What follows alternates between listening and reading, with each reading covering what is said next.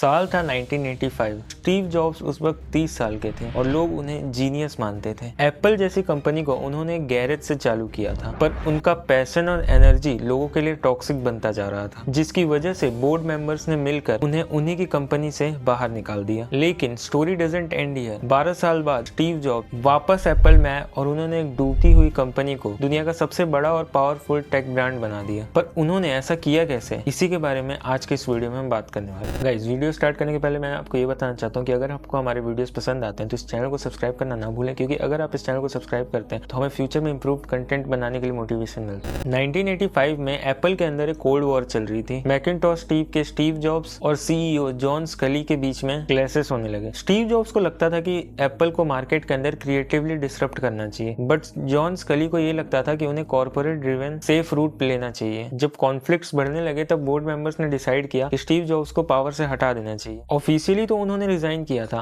लेकिन असल में उन्हें कंपनी से निकाल दिया गया था। स्टीव जॉब्स ने एप्पल से निकलते ही सबसे पहले दूसरी कंपनी पर फोकस करना चालू किया। उन्होंने नेक्स्ट आईएनसी नाम की एक कंपनी स्टार्ट की। स्टीव जॉब्स चाहते थे कि वो इस कंपनी के अंदर सॉफ्टवेयर हार्डवेयर दोनों पर फोकस करें, जिससे कि दोनों चीज की कंट्रोल इनके पास रहे, और वो इसके थ्रू एक बहुत ही पावरफुल कंप्यूटर डेवलप करना चाहते थे। 1990 में स्टीव जॉब्स ने लॉन्च किया नेक्स्ट कंप्यूटर। ये एक बहुत ही रिवॉल्यूशनरी कंप्यूटर था, लेकिन इसकी प्राइस $6,500 थी, जो कि बहुत ही ज्यादा एक्सपेंसिव थी उस टाइम पे। ये प्रोडक्ट मार्केट में बहुत ही बुरी तरीके से फ्लॉप हो गया, क्योंकि ये बहुत ही ज्यादा एक्सपेंसिव था। बट इसकी वजह से स्टीव जॉब्स को ये समझ में आ चुका था कि एक रिवॉल्यूशनरी प्रोडक्ट को कैसे बनाया जाता है। स्टीव जॉब्स ने एप्पल से निकलने के बाद सिर्फ नेक्स्ट आईएनसी ही नहीं स्टार्ट की थी, उन्होंने एक एनिमेशन स्टूडियो भी निकलते ही खरीद लिया था, जो कि था पिक्सार। फर्स्ट पीपल थॉट कि स्टीव जॉब्स एक एनिमेशन कंपनी में क्यों इतना इन्वेस्ट कर रहे हैं, क्योंकि उस वक्त कंप्यूटर जनरेटेड एनिमेशंस उतने ज्यादा पॉपुलर नहीं थे और ये एक कंप्लीटली एक्सपेरिमेंटल कंसेप्ट था। हॉलीवुड भी इस टेक पर ज्यादा ट्रस्ट नहीं करता था, लेकिन स्टीव जॉब्स ने इस पर ट्रस्ट किया और 1995 में टॉय स्टोरी नाम की एक फिल्म बनाई, जो कि प्योरली कंप्यूटर जनरेटेड एनिमेशंस के थ्रू बनाई गई थी। इस फिल्म को प्रोड्यूस करने में $30 मिलियन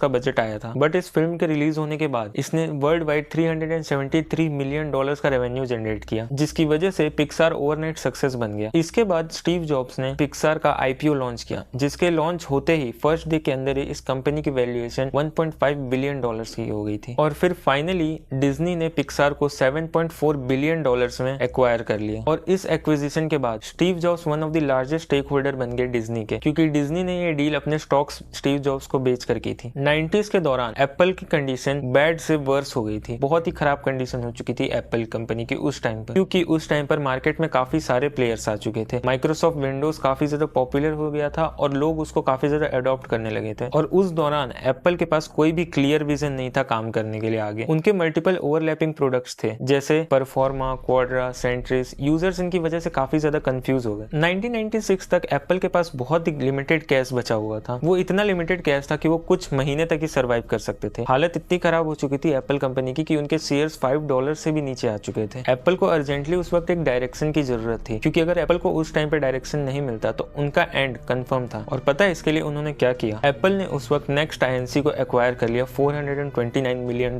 में, जो कि स्टीव जॉब्स की थी। एप्पल का मेन मोटिव नेक्स्ट आईएनसी को खरीदने का ये था ताकि वो स्टीव जॉब्स को वापस एप्पल के अंदर ला सके। 1997 में स्टीव जॉब्स ने एप्पल के अंदर सीईओ का रोल ले लिया। उन्होंने आते ही प्रोडक्ट लाइन को सिंप्लीफाई किया। उन्होंने अननेसेसरी प्रोडक्ट्स पर काम करना बंद किया और सिर्फ एक प्रोडक्ट पर फोकस करने लगे। उन्होंने रिसर्च एंड डेवलपमेंट के लिए बजट को कंप्लीटली फिक्स किया और माइक्रोसॉफ्ट के साथ डील करके उन्होंने एप्पल के अंदर $150 मिलियन माइक्रोसॉफ्ट के इन्वेस्ट करवाए। स्टीव जॉब्स को ये चीज समझ आ चुकी थी कि टेक्नोलॉजी बहुत ही अच्छी चीज होती है, लेकिन अगर उसका डिजाइन डल हो तो उसे कोई छुएगा भी नहीं। और वहां से एप्पल की डायरेक्शन काफी ज्यादा चेंज हो गई। 1998 में उन्होंने बहुत ही ज्यादा मेहनत करके iMac G3 लॉन्च किया, जो कि एक ट्रांसलूसेंट कलरफुल कंप्यूटर था। मार्केट के अंदर सारे बोरिंग कंप्यूटर्स के बीच में ये कंप्यूटर काफी ज्यादा एक आर्ट पीस की तरह लोगों को दिखने लगा। लोगों को ये कंप्यूटर बहुत ही ज्यादा पसंद आया और इसके बाद स्टीव जॉब्स ने एक एक करके काफी सारे रिवॉल्यूशनरी प्रोडक्ट्स को लॉन्च किया। 2001 में उन्होंने iPod को लॉन्च किया। 2003 में उन्होंने iTunes को लॉन्च किया। 2007 में iPhone को लॉन्च किया। और iPhone को बनाने के लिए उन्होंने अपने कंपनी के अंदर काफी सारे एम्प्लॉयज से पूछा कि क्या वो एक सीक्रेट प्रोजेक्ट पर काम करना चाहते हैं। जिन भी एम्प्लॉयज ने उनके सवाल का जवाब हाँ में दिया, उन सारे एम्प्लॉयज को उन्होंने 2 ग्रुप्स में डिवाइड कर दिया और दोनों ग्रुप्स को उस काम में लगा दिया। और उन सारे एम्प्लॉयज को स्टीव जॉब्स ने एप्पल हेडक्वार्टर्स के अंदर ही एक रूम्स में रख दिया, जिसके अंदर वो अच्छे से इस प्रोजेक्ट पर काम कर सके। उन्होंने सबसे नॉन डिस्क्लोजर